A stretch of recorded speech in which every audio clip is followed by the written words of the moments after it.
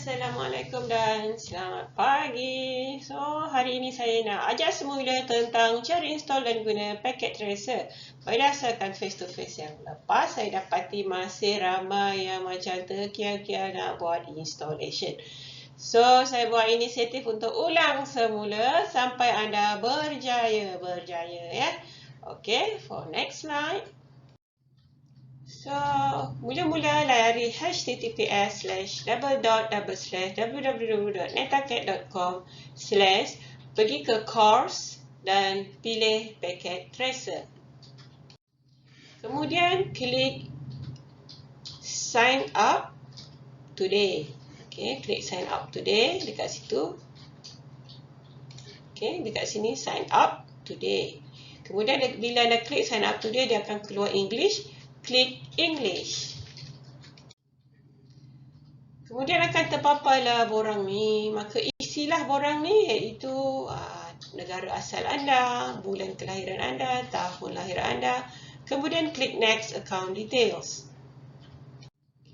Kemudian masukkan email yang sah anda, nama penuh, nama first name, last name. Negara ni tadi sebab kita dah pilih Malaysia dah ada lah. Kemudian state Johor. Kemudian jawablah soalan. Ringkas ini membuktikan anda adalah manusia, bukannya robot. Jadi 13 campur 6, 19. Tapi anda jangan jawab 19. Anda tengok dulu soalan anda apa. Itu menguji kebijaksanaan anda.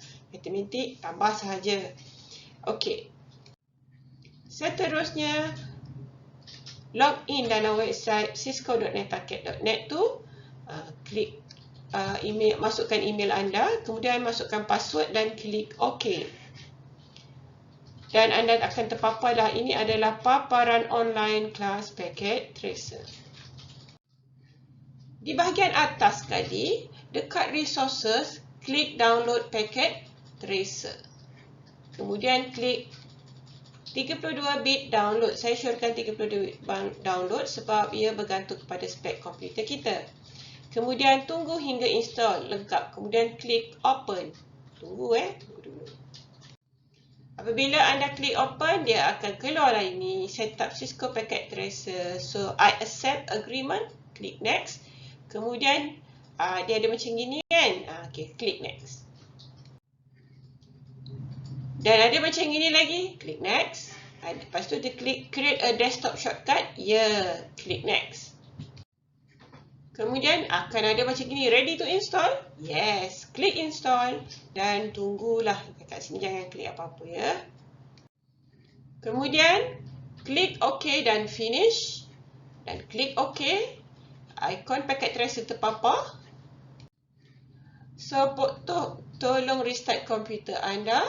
Sebaik saja anda restart, anda bolehlah klik ikon packet tracer yang dekat desktop tu dan login, password dan packet tracer telah digunakan. Yeay! So, bolehlah siapkan problem based sastri. Good luck!